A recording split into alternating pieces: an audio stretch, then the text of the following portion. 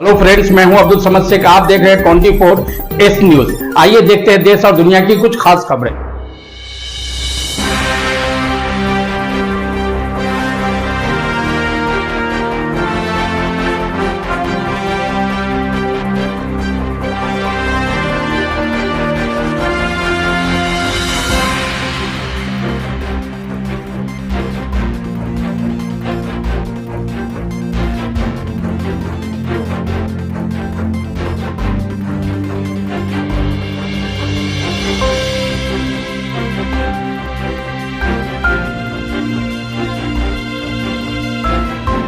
Hello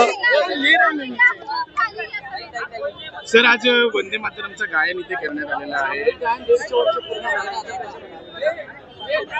जिस वंदे मातरम ने 80, 90 साल 100 साल पहले स्वतंत्रता सेनानियों को बलिदान करने के लिए प्रेरित किया, इस देश को स्वतंत्रता मिलने के लिए इस राष्ट्रगीत का बहुत बड़ा योगदान है। उस वंदे मातरम की आज 150वीं वर्षगांठ है। आज मलाड में मालवनी में खड़े यहाँ का एमएलए जो याकूब मेमन को फांसी दी जब जा रही थी, तो उसकी फांसी कैंसिल हो जाए इसीलिए कोर्ट में अपने प्रेसिडेंट को गुहार लगाता है और अपनी साइन देता है। आतंकवादी को छोड़ने के लिए गुहार लगाता है। उस एमएलए के अंदर में कम से कम वंदे मातरम तो देश प्रेम जगाई देगा। उसके मन में कम से कम ये एहसास होगा कि वंदे मातरम के लिए हजारों ने शहादत दी, तो मैं भी वंदे मातरम गाऊंगा और आगे चल के ये गलती नहीं करूंगा। ऐसा उनको प्रेरित करने के लिए आज ये कार्यक्रम का आयोजन यहाँ पर उत्तर मुंबई में भारतीय जनता पार्टी ने किया। लेकिन वंदे मातरम बोलने के लिए वो यहाँ पर आए नहीं, क्योंकि उनके बोलने में और करने में बहुत फर्क होता है। ये हम सब ने देखा।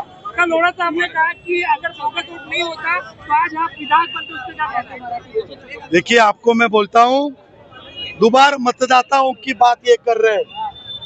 दोबारा मतदाता की राजीव गांधी मत चोरी की बात करते हैं, लेकिन मत चोरी जो होती है वो हम नहीं करते। हम लोगों का दिल चोरी करते हैं, लोगों के दिलों में बसते हैं, विकास की बात करते हैं। मैं थोड़ा आपको पीछे जाके बताऊंगा।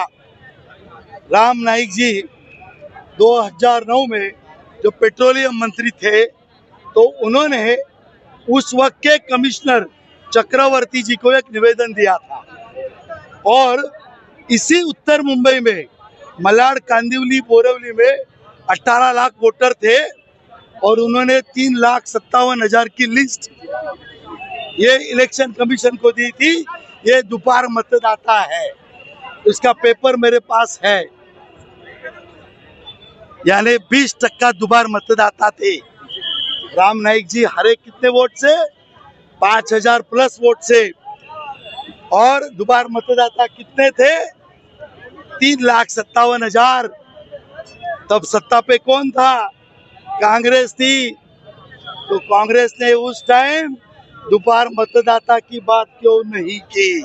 ये मेरा उनको प्रश्न है।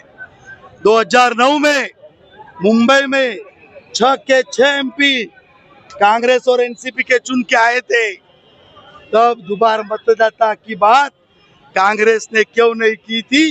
ये मेरा सवाल है। और अभी आपके सवाल का उत्तर देता हूँ। मैं यहाँ पे हारा कितने वोट से? 6,000 प्लस। और दोपहर मतदाता मलाड में कितने हैं? तो 17,000। अभी असलम शेख जी, आप बार बार आपकी पार्टी कह रही है दोपहर मतदाताओं के कारण वो हारी है। तो मेरा प्रश्न आपको है, आपकी जीत हम जीत कैसे माने? जब 17,000 दोपहर मतदाता होते हैं तो आपने भी गपला करके जीत हासिल की है। आपको और एक बात बता देता हूँ, चुनाव के पहले मैं इलेक्शन कमीशन के ऑफिस में गया था, लिखित तकरार हमने की थी कि यहाँ पर अनैसर्गिक वृद्धि वोटों में हुई है। 16,000 वोट 4 महीने में इस मलाड में बढ़े, जो मुंबई में सबसे ज्यादा हाईएस्ट है। मैंने कुछ नाम इलेक्शन कमीशन को दिए थे जो इस एमएलए के हैं, जो इस इलेक्शन ऑफिस में बैठे हैं, और उन्होंने ये वोटर्स बढ़ाए, लिखित स्वरूप में दिया था, जिसके कारण असलम शेख जी जीत के आए।